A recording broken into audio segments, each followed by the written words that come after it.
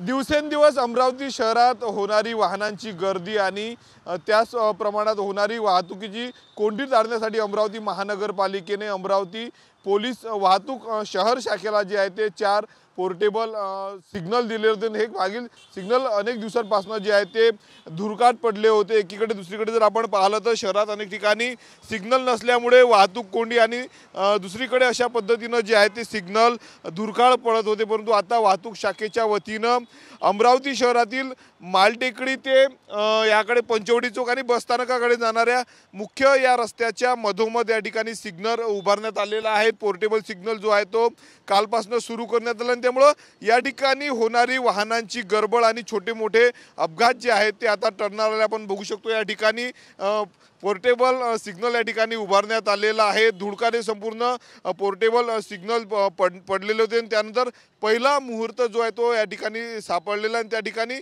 हे portable signal लावण्यात आलेला आहे। अशाच पद्धतीने उर्वरित 3 सिग्नल जे आहेत ते आणखी लावले जाणार असल्याची माहिती वाहतूक शाखेच्या वतीने देण्यात आली आपण बघू शकतो। अशा पद्धतीने बसस्थानकाकडून येणारा मुख्य रस्त्याने या ठिकाणी सिग्नल लागल्यामुळे वाहने थांबलेले आहेत। पूर्वी जेव्हा हे सिग्नल नव्हतं त्यावेळेस या ठिकाणी खोळंबा वाहनांचा होत होता, अनेकदा छोटे मोठे अपघात व्हायचे। ते टाळण्यासाठी आता या ठिकाणी पोर्टेबल असं सिग्नल बसवण्यात आलेलं आहे। सौर ऊर्जेवर हे संपूर्ण सिग्नल चालणार आहेत, कुठली विद्युत याला लागत नाही, संपूर्ण सौर ऊर्जेवर चालणार हे पोर्टेबल सिग्नल आहे। अशाच पद्धतीने आता अमरावती शहरात आणखी 3 ठिकाणी एकूण 4 ठिकाणी असे पोर्टेबल सिग्नल लावण्यात येणार आणि विशेष म्हणजे हे सिग्नल जे आहे ते या ठिकाणाहून दुसऱ्या ठिकाणी देखील हलवता येणार आहेत। कॅमेरामन अनिकेत दातोंडेसह मी स्वप्नील उमाप, TV9 मराठी, अमरावती।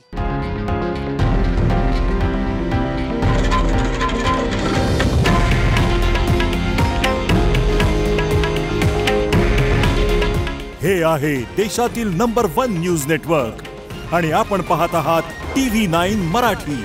काळजी तुमची, हित महाराष्ट्राचं।